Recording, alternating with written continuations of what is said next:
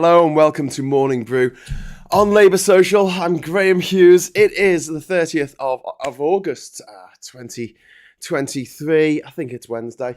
Feels like a Wednesday. I could never get the hang of Wednesdays or Thursdays. So welcome to the show. I'm going to apologise in advance. I am a little bit under the weather. Johnny Copperhead's asking if I got any sympathy from the other half. I've given her the lurgy. No. Oh my god. Yeah, not good. So my tea this morning is actually lemsip with some extra honey in it. So that's my morning brew this morning. Good old lemsip. And if I have a little bit of a coughing fit, I will turn off the microphone because I'm not going to subject you to Conservative Party Conference 2017 Theresa May antics, because that wouldn't be great. So what I want to talk about today is Brexit, because, we don't talk about it enough. We could actually talk a little bit about this massive monster storm that is about to pound the living daylights out of Florida with a 15 to 20 foot storm surge, which is water coming in off the sea onto land. And then all the water that's coming out the sky has nowhere to go because the actual sea is a lot higher than it would otherwise be. This is something that was predicted by scientists many, many years ago would happen. And as I've said on this show many times before, I would very much like it if all the companies, the extinctionists who have made this happen, were sued into oblivion. That would be great. But meanwhile, on this rock, in this country, we have a ban on wind farms. A ban. We have a ban on wind farms. They have unstoppable fires tearing across Greece, Japan, South Korea, Canada, California, Australia, all year round now. All year round, there's always a fire somewhere. Unstoppable, unending fires all around the world. We've had a hurricane. We've had a hurricane in California. Like, what? What?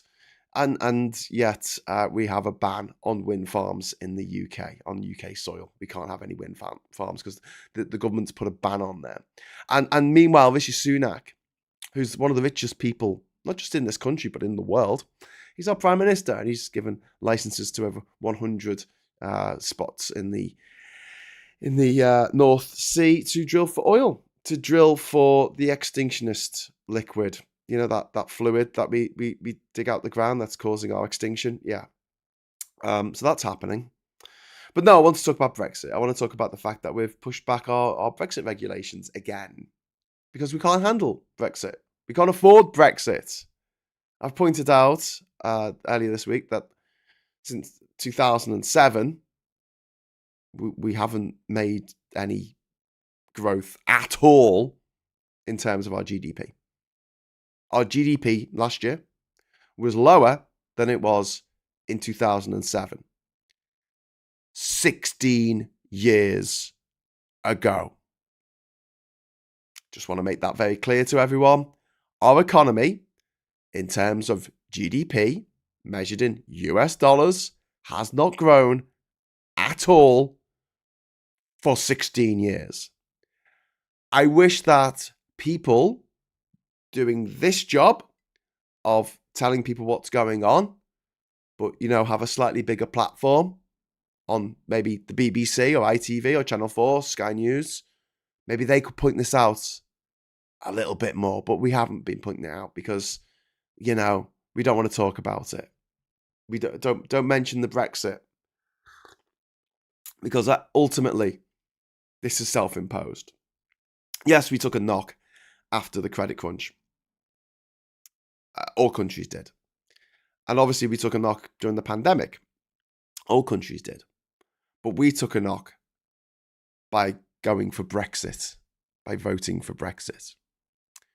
Which, considering between 2007 and today, Germany, which isn't that much bigger than us, but it is a bit bigger than us, their economy has grown by $800 billion in that period. Our economy has not grown at all. We were on course to overtake the German economy. We were. But then we Brexited. our $1 trillion Brexit. For each of the 17.4 million people who voted for Brexit, their blue passports have cost the country $57,000 each. For each person who put a little X on the paper saying vote to leave the European Union, vote to impose economic sanctions on ourselves like we've lost a freaking war. $57,000. That's how much they've cost this country. $1 trillion in all. So far. Because, as the Carpenters once sang, we've only just begun. So in January 2021, when we ended our transition period, our hurried transition period, which was speeded up for no good reason. In January 2021, the EU imposed checks on produce goods leaving the UK for the single market in the European Union. We didn't respond in kind. Why? Because we didn't have the infrastructure set up. We didn't have the people trained to check all the stuff coming in. And also, checking all the stuff coming in will make our food prices, which are already suffering from 14% inflation, go up even more. Because we imposed economic sanctions on ourselves just like we had lost a freaking war. Even though, whisper it quietly, we didn't just lose a war. We hadn't just lost a war. There was no war. The war was one that we just invented in our heads, like in some kind of crazed Adam Curtis documentary. That's what we did. Anyway, I've got to just stop for a moment and just give a shout out to Johnny Copperhead there for the £5 super chat. Here you go, Graham. Get some more Lemsip. Thank you very much for that, and I will. I'm actually down to my last sachet, so that'll come in handy. I think I must be sounding a bit croaky. Sorry about that. So, January 2021, the EU imposed these restrictions on our goods leaving, our produce leaving the United Kingdom, but we didn't respond in kind because it would be economic suicide to do so. We import 50% of our food, more than 50% of our food. In fact, if you add it all up, because don't forget, a lot of food that is produced in this country is actually made up from ingredients from other countries, it's more like 75%, 80% of our food is imported. You think of things like flour and stuff like that that's put into bread. The bread is made in the UK, but the flour actually comes from like Dutch mills. It's not actually grown or ground in the UK necessarily. It's just the way the world works. So we have put up the prices of food already. The government is failing to grasp the runaway inflation, runaway interest rates that we have at the moment. And Rishi Sunak is so stupid. Oh, I don't think he's stupid. Maybe that's a bad way of putting it. He's so incompetent. It's a better way of putting it. He's so incompetent that he didn't insure public debt against inflation interest rises. And as a result, he has cost the British taxpayer billions. He's also cost us billions in fraud that was never investigated, that the government just allowed, PPE to be sold, apparently, to all these different companies. To be bought by these different companies, PPE that didn't even work. Michelle Mone should be in jail. She's not. I think she's in Belize on her yacht that she bought with your money. If you're a British taxpayer, you paid for that yacht. Hope you're enjoying it. Are you enjoying Michelle Mone's yacht? Are you? I'm not. But this is the thing, like, this delay in checking goods coming in from Europe, or the rest of Europe, I should say, coming in from the EU, it's not just that, like, I can understand, like, why we're not doing it. We still don't have the infrastructure set up. They just keep kicking the can down the road. They say it's going to be January, April next year now.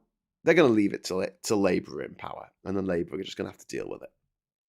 Because what's going to happen is there's a thing called the WTO, which I'm sure a lot of you know about. You remember the Let's Go WTO people? Remember that? The 55 Tufton Street?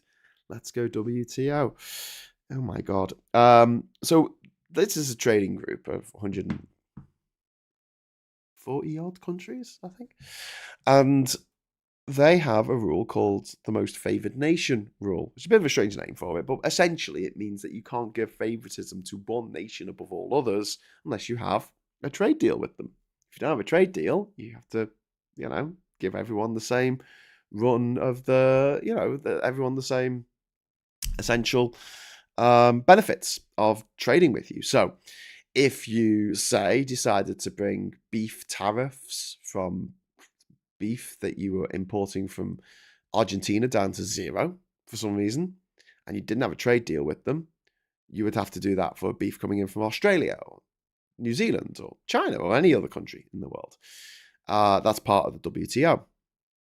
And as a result of this, countries get very irritated when it looks like a country is giving favoritism to one nation or one trade bloc above all others, when the actual trade deal that you might have with that trade bloc or country isn't actually being followed.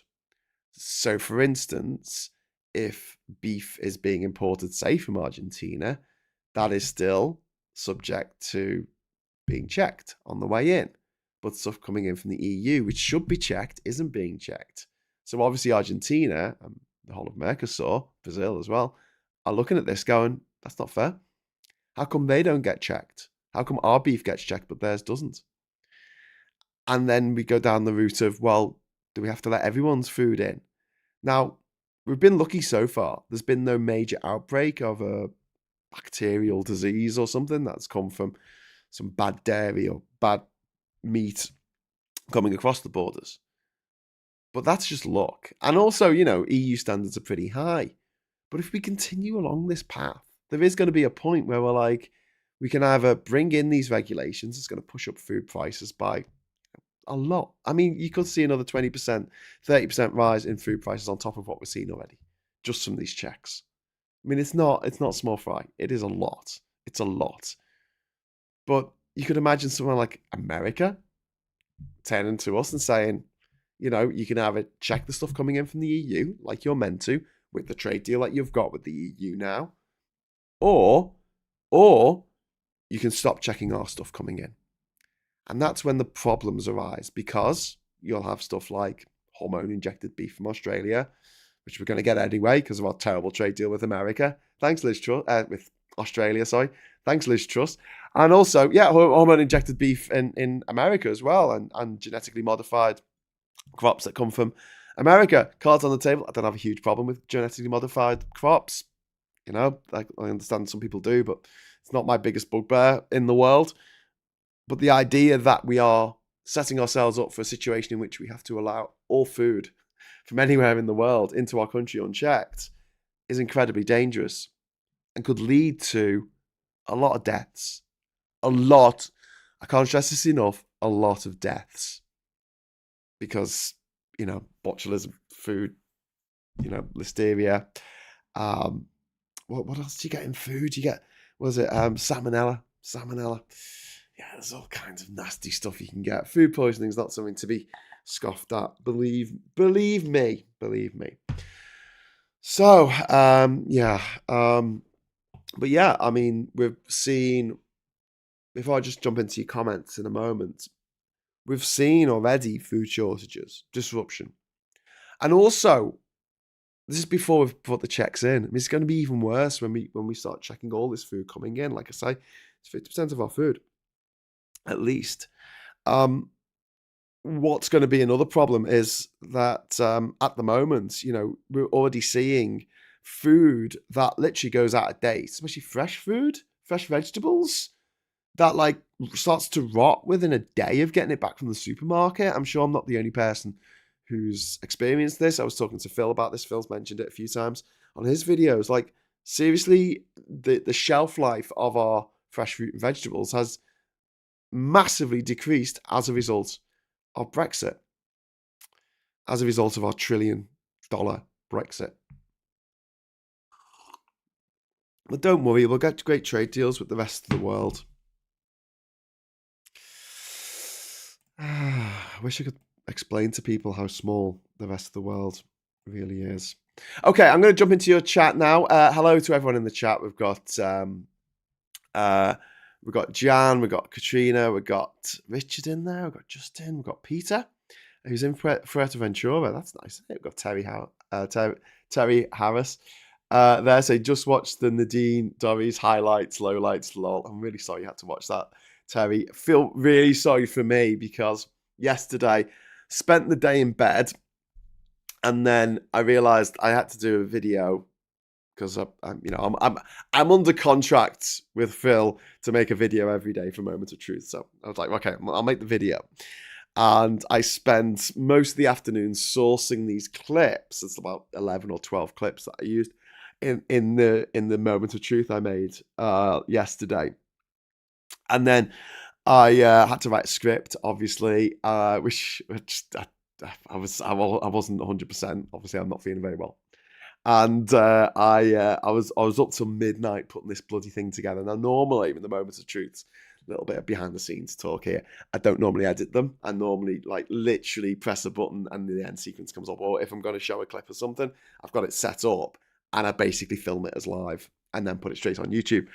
So I was planning to do that, even though it was a little bit more complex. It had so many clips in I had to go to each time. And queue up, ready to next time click the mouse, the next clip will come up. But halfway through the clip where she was on CNN, the clip just didn't play properly when I was recording the show. So I had to play that segment back again, and I then had to edit it on Premiere, and Premiere takes bloody ages because it's crap.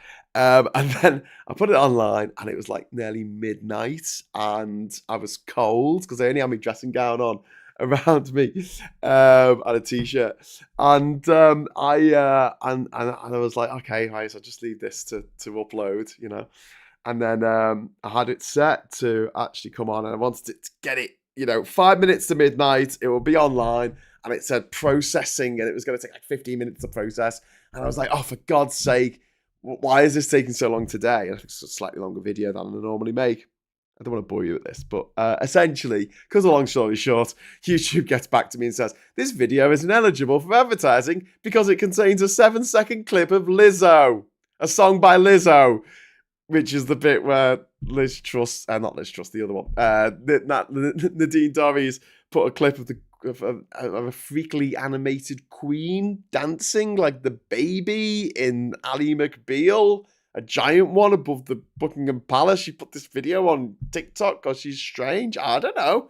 Maybe she thought it was charming. I don't know. So I basically had to delete the video off YouTube and then re-upload it again after editing it again to get rid of the Lizzo song. So that was my night last night, and then I tried to go to sleep, and honestly, I was up till 2 because I just couldn't sleep. So if I'm not quite with it this morning, I hope you understand. Anyway, I'm going to stop belly aching about this is what happens when you work for yourself. Never be a freelancer, kids. Gary Arnold, £2 super chat. Get well soon. Thank you so much. David Faulkner, 38 Hong Kong dollars. Apparently, I hear the Labour Party wishes to facilitate illegal migration, according to Swallow Braverman. Demented, Swollen Braverman. Yes, Suella Braverman's not the... She's not the best, is she? They're not sending that. They're not the Tories. They're not sending the best.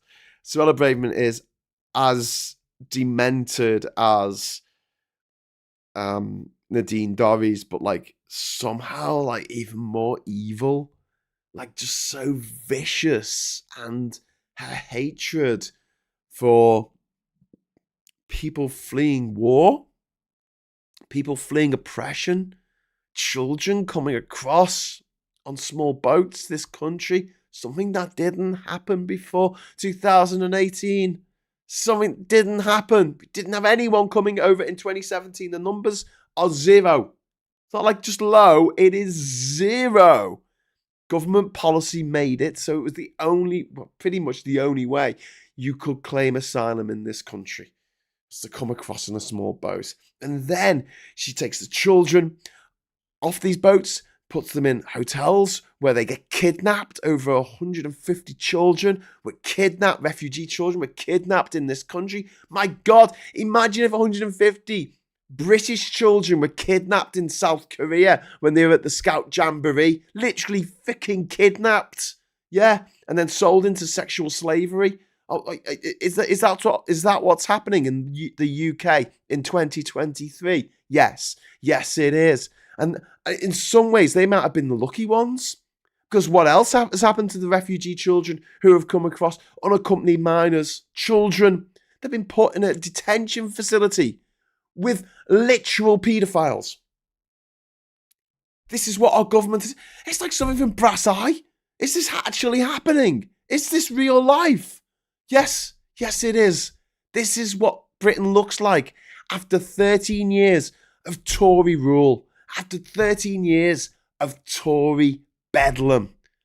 And I've said this before and I'll say it again. Like, we need these people out of government. I don't want to swear this early in the morning. We need them out of government. That takes precedence over everything else right now. Absolutely everything. And while I don't see eye to eye on various things that the Labour Party are doing at the moment, especially when it comes to our relationship with the EU, I don't care. I honestly, I've got to say this, I don't care at the moment. I'll be going to the Rejoin March next month. I want to rejoin the EU sooner rather than later. Thank you very much.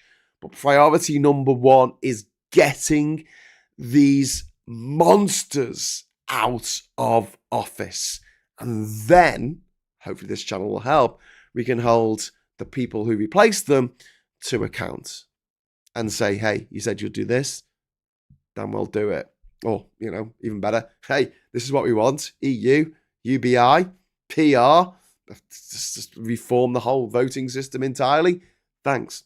Robert Robalaurus put £10 in the super chat. Thank you very much, Robalaurus. I hope I'm spelling your name, pronouncing your name correctly there, mate. And also, I've got a £2 super chat off Gary Arnold. I feel like I'm getting some sympathy chats. Sympathy super chats. Graham, you sound awful. What are you doing? But I will tell you, as soon as I finish this, I'm going back to bed. Simple as that. But yeah, one of those things about being a freelancer, that you don't think of. You think, you choose your own hours, you work when you want to work, you do your own thing. And it's like, yeah, I've been a freelancer now since I was 21. So, God, 23 years I've been a freelancer. And it's great, except no sick pay, no holiday pay, no pension. Yeah, it's all like you push everything to the next day. Oh, as long as I get through today, I'll be fine. It's a mindset that I kind of picked up when I was traveling through Nigeria. Well, I was just told, if you can make it till the night, if you make it to midnight, you're doing all right. And then worry about tomorrow. But yeah, it is the way. It is the way. Great British video gamer. We need them out of society. Yeah, maybe we should have a call, a political call, not like a badger call.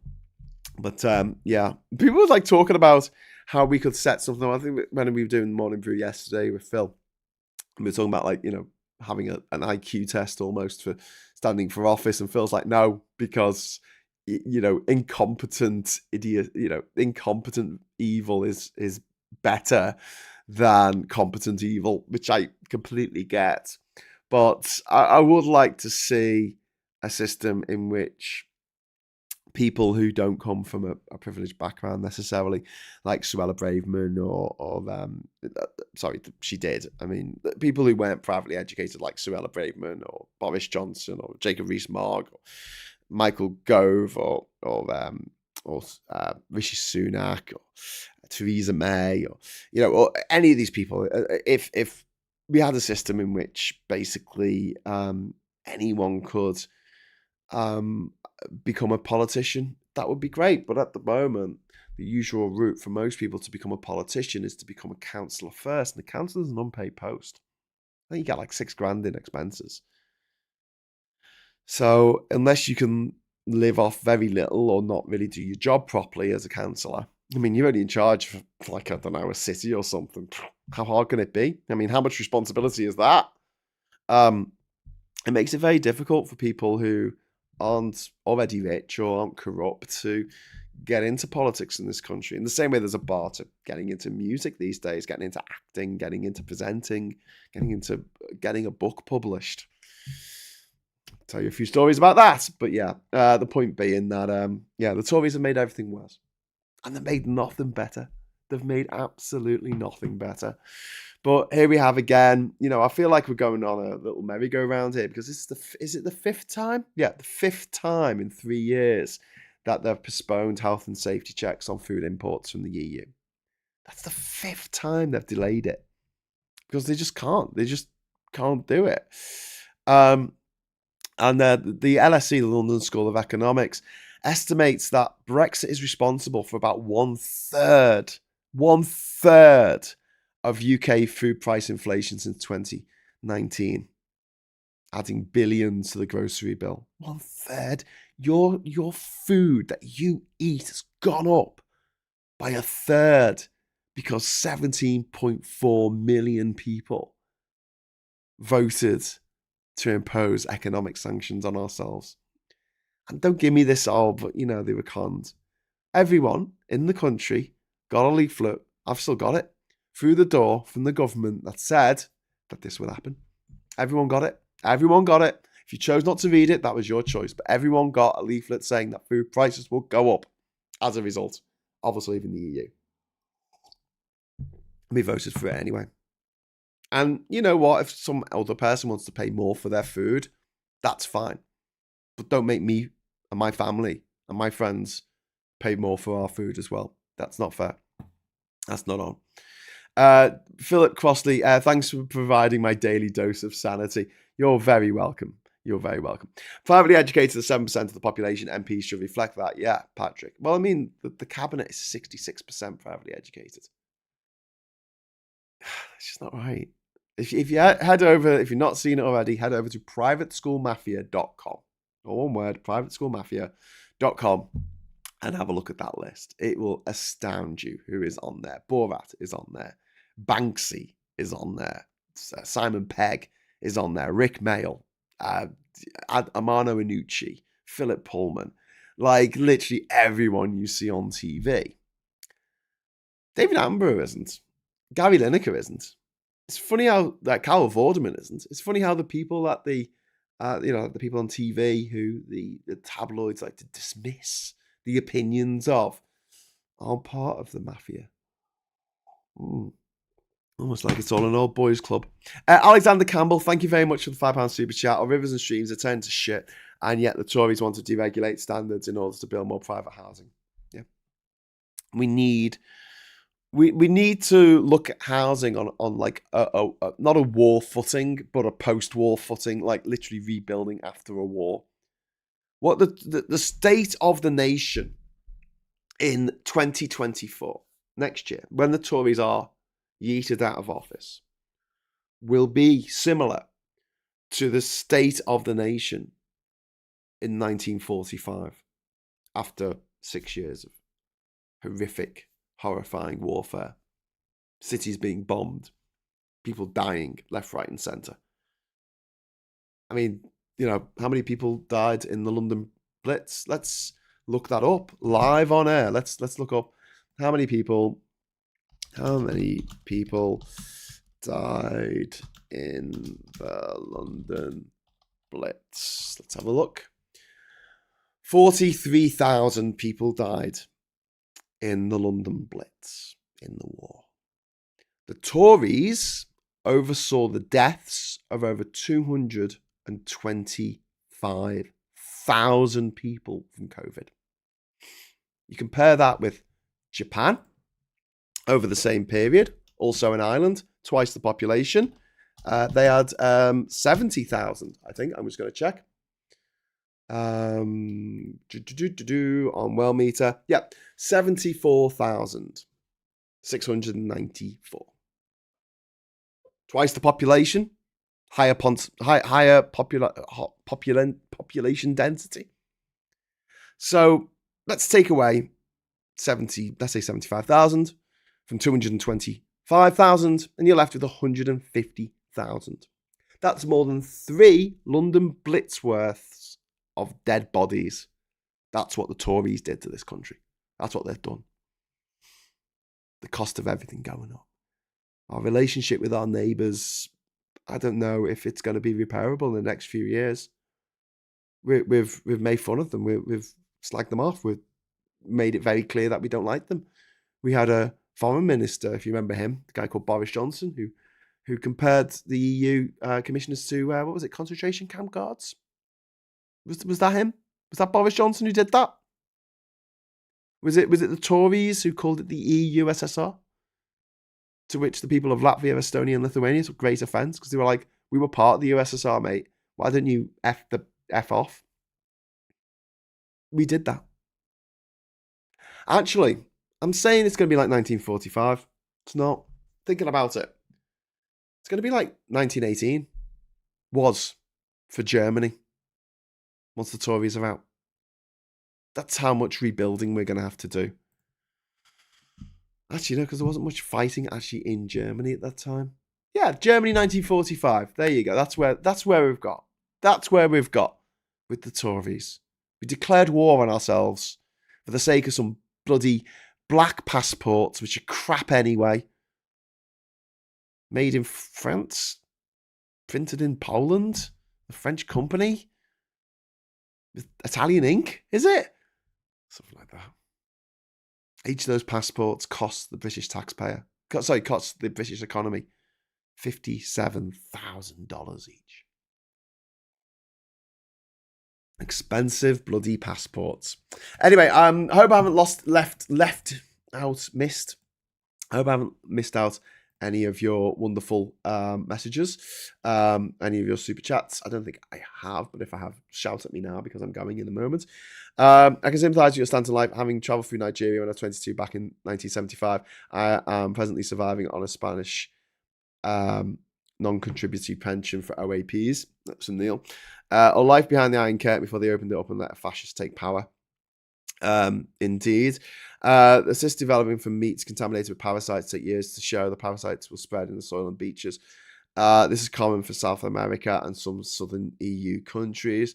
That's really not good. So Daddy Google answers all questions. Well, you want to get this stuff right, don't you? You don't want to be sort of just pontificating.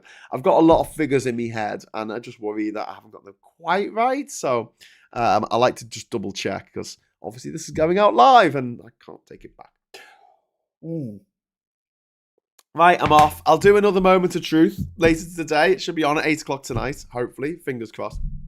But in any case, look out for it. If you haven't watched the Nadine Dorries top 10 horror clips of cringe-worthiness, please head over to the Labour Social channel page after this and go and have a watch for yourself and try not to cringe so hard that you do your back in. I'll be back on Friday for another Morning Brew, but tomorrow you will have the pleasure of having Phil Morehouse's company for Morning Brew at 9:30. So thank you very much for watching. Thank you for all the super chats. Next week after the show, I will be going over to the Discord server. If you want to sign up to Patreon or you want to become a YouTube member, you will get access to that, and I'll continue the conversation on a Morning Brew Plus over on the Discord server, just exclusively for patrons and YouTube members of this channel. So thank you very much for watching, and until next time, I'll say hello, good evening, welcome, and goodbye.